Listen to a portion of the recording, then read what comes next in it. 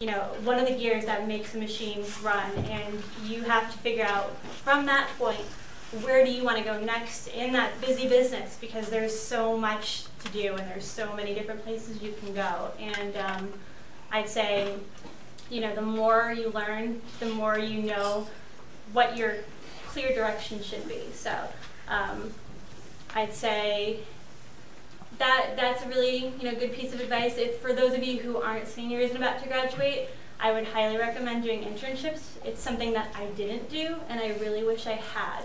People I know who had done internships kind of broke through those sort of early day monotonous type jobs like librarians and assistants and that sort of thing kind of early on. So I would say if you haven't already passed that precipice, internships are great, and studying abroad is another great thing. I did that when I was a junior, and it was one of the best decisions I've ever made. So I studied abroad in Florence for about 2 months. So, and I really loved it, and I want to go back there all the time.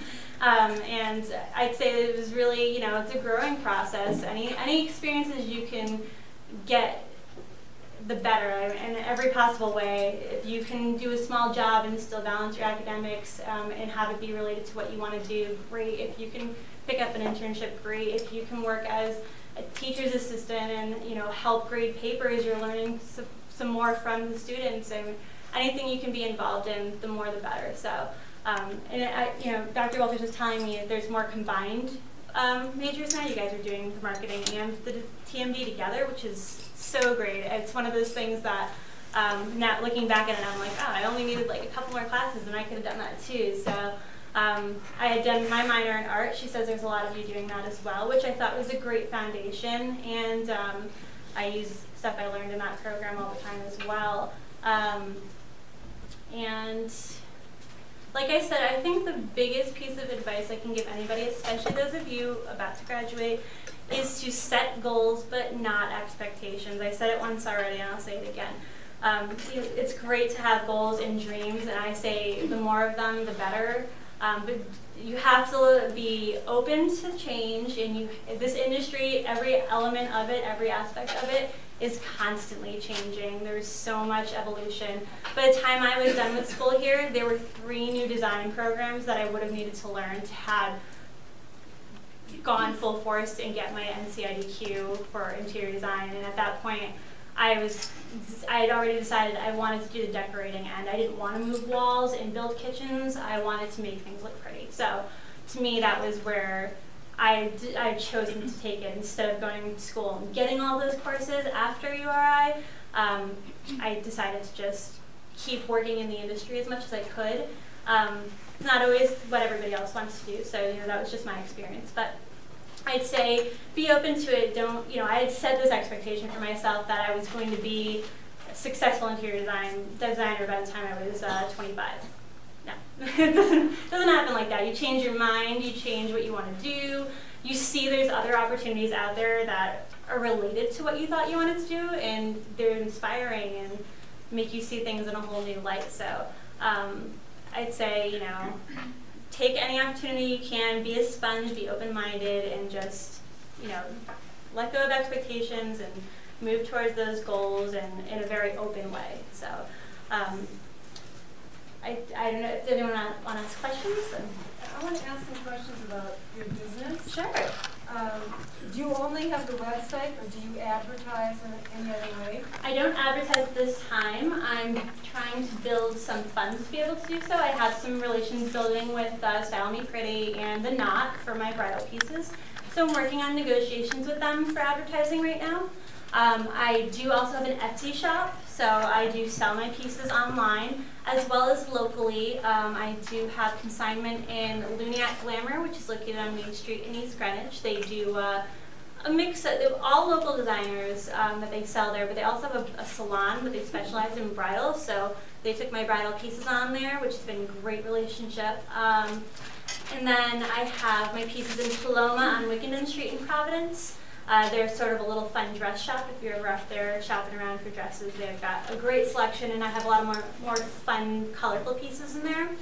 But otherwise, most of my advertisement, or I guess exposure has been through word of mouth, through email, through Facebook, social media, which is something I'm learning to navigate and trying to get the most exposure possible, which is, it's this whole other animal that wasn't a thing so many years ago, so it's crazy now, but you know, trying to really build my business online because it's how people find out about you these days.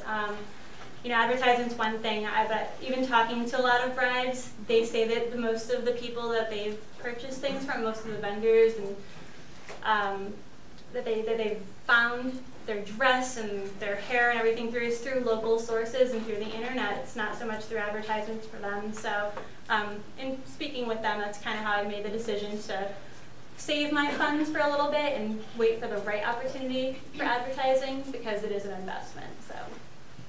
Okay, second, two questions. Go for it. So the second question is about pricing, because if you sell on Etsy and through consignment, they get some of the price. Yes. And you have to be consistent across you got it. Your platform. So my markup is such that I take a piece, I see how much it costs me to make it, I total it up, and I basically more or less have a formula. It either goes up, you know, I'll either multiply it by 4 or 3 depending on the piece, depending on what I'm going to do. With my consignments, I have different relationships with each of them. We have different contracts, so I am very fortunate to have a lot of 60-40 relations with consigners, where I get 60, they get 40, so it's a less of a hit to me. But Dr. Weltis is absolutely right. I do keep my prices consistent in both retail establishments and online, and unfortunately that means that I make less money when I sell them locally, but to me it's worth it to get the exposure. You know, I have to start somewhere. I am still making a profit, it's just a smaller profit, and I'm also not, you know, if you buy it locally, you don't have to pay for shipping, and so it's a benefit to my local fan base for sure. And yeah, it's you have to kind of balance both worlds, and I think that if you can, it's kind of the same way with anything. You have to keep everything consistent, but you have to make sure that you're still making your money's worth because it's your time that goes into it.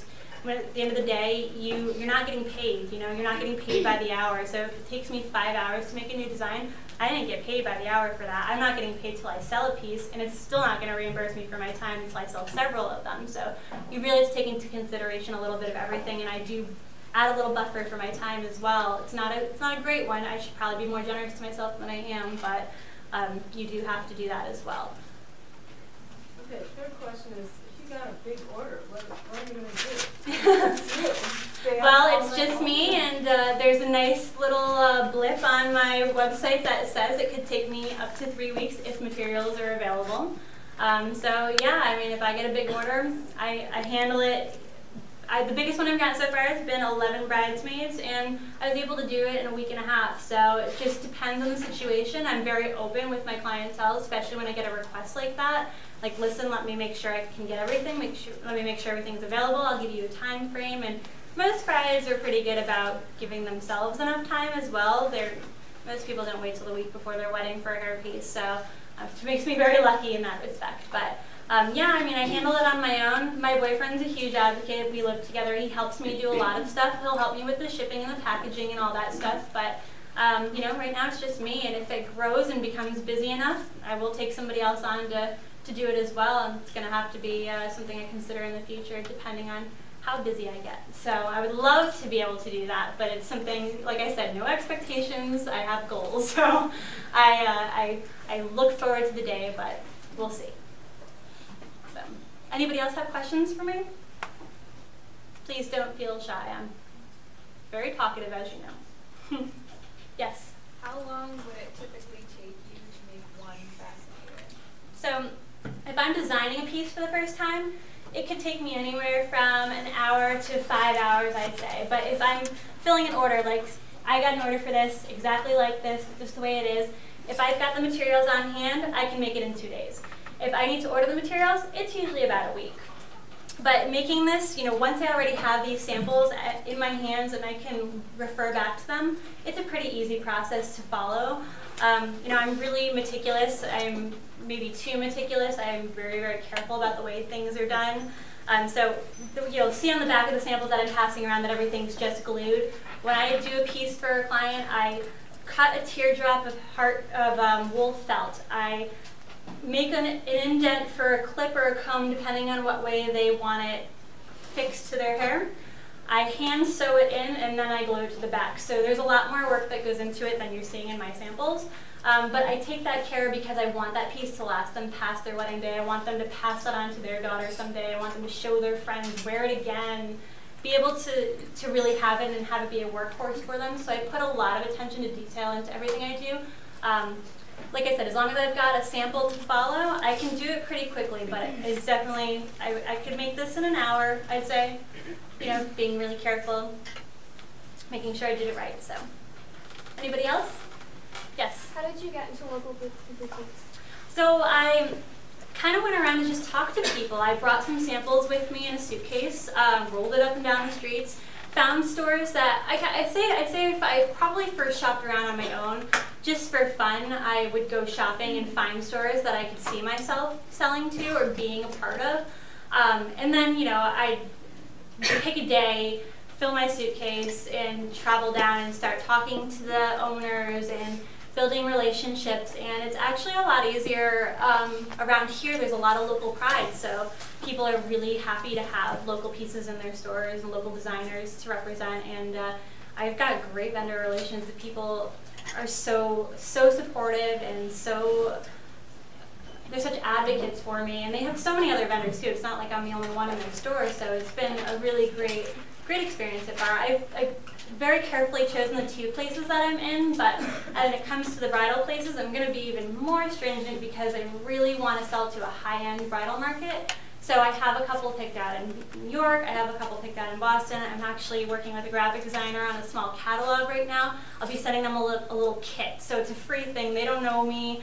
I'm sending them a sample, a kit, a little welcome thing, introducing myself, and giving them a contact for wholesale pricing, and I'll work with them in the same way that I work with my consigners. I'll give them a discounted price to purchase it from me, and then they can resell it to the brides at whatever price they want. Whether they match me on Etsy is up to them at that point, but I'm kind of trying to work that right now, waiting for my little catalog to be finished. I was hoping to have it to show you guys today, but looks like my designer's a little blog down, so I won't have it till the end of the month. So keep your eyes out, though. If you check out my site, hopefully I'll be able to send those out too to people who request them. So, anybody else?